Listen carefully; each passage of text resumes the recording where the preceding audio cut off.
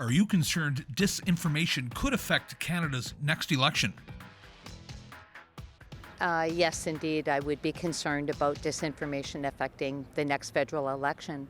I think that with social media, people have to be discerning in what they are listening to and what they're reading. And it's upon all of us as citizens of Canada, democracy, and certainly want to maintain that democracy, that we are adept at reading different genres of news information and making sure that we are getting the right information concerning both the politicians and around the issues that different provinces are facing. Yes. Why? I think there's way too many actors out there distributing information. I think there's way too many biased views being offered, and I think they're getting a far greater reach than they would get if they were the small fractions they used to be. Do you think social media plays into it? I think social media plays a huge role in it. What's that? What's that? Why? Why? Oh, it's just way too easy to distribute a point of view and make it sound as if it's reflective of a significant portion of the population when it's not. You know, there's so much going on social media-wise, especially with Russians and Chinese. You know, they're in there meddling and doing their thing, and you know, it just is what it is. So, it is a concern. Yeah. I'd like to think that we're smart enough not to just believe the first thing we see, but there's going to still be a handful of people that just take it as the gospel truth. And yeah, short answer, yes. Yeah, I think there's a lot of different disinformation about like different leaders and what they want to bring to Canada in terms of progressing our society. And I think there's a lot of hate spouted on both sides for different parties to spread that disinformation. Good question. Well, there's definitely a lot of disinformation, I think, on both sides. And people have to be more informed personally about what's going on in Canada and not make rash decisions based on what they hear from other people, that's for sure. Or other, you know, whether it's mainstream or alternative media, you know, there's a definite problem for sure. Well, I mean, you have to, first of all, it's hard to discern what is disinformation, for one thing. You know, the Liberals accuse the Conservatives of disinformation and vice versa. And of course, the way social media runs these days, you know, there's so much fake news on there that it's really hard to discern what's true and what's not. Oh, am I concerned? 100%, because people are very gullible.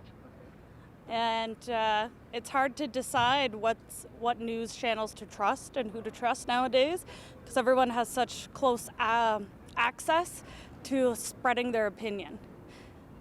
You could have a lot of followers, but not have a lot to say. For sure.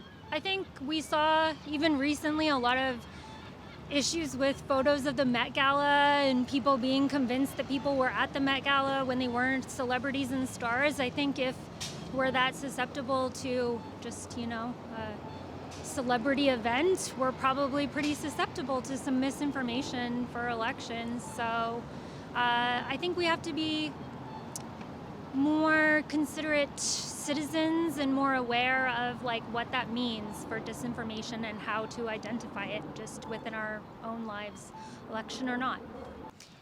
Always a possibility. I mean, every government has their own reign, every government has their own fall. You know, Rome wasn't built in a day, but it crumbled just as quick, right? I mean, you can have thousands of years of history and you can lose it all in a second.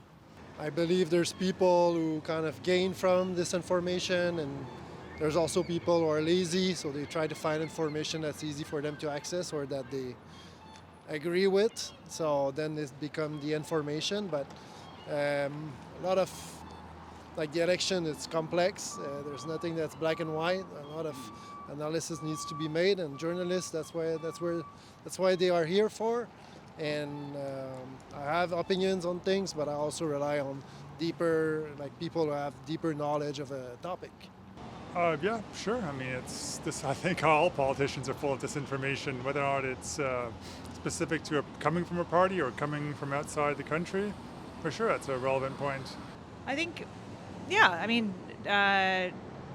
disinformation is in any form and any relationship is always a concern to me. So, yeah, I am. Oh, absolutely. I think that disinformation, intentional and malicious, are two huge problems in particularly our online landscape. I think that really the only solution or the only approach is just to make sure that every person understands the risks of it and is able to identify sources that they trust. I don't think that there's really any way around it other than really just media literacy for everyday citizens. I think there needs to be checks and balances with interference and, just doing due diligence. Definitely. Yeah, I don't think people are very informed to begin with. So, whatever they do happen to read, if it is untrue, they're not going to follow up with it later to see if it actually is verified, and they're going to do their own research. So having it be verified, I don't think an individual entity could probably do that, because everybody has their biases, but disinformation is a problem.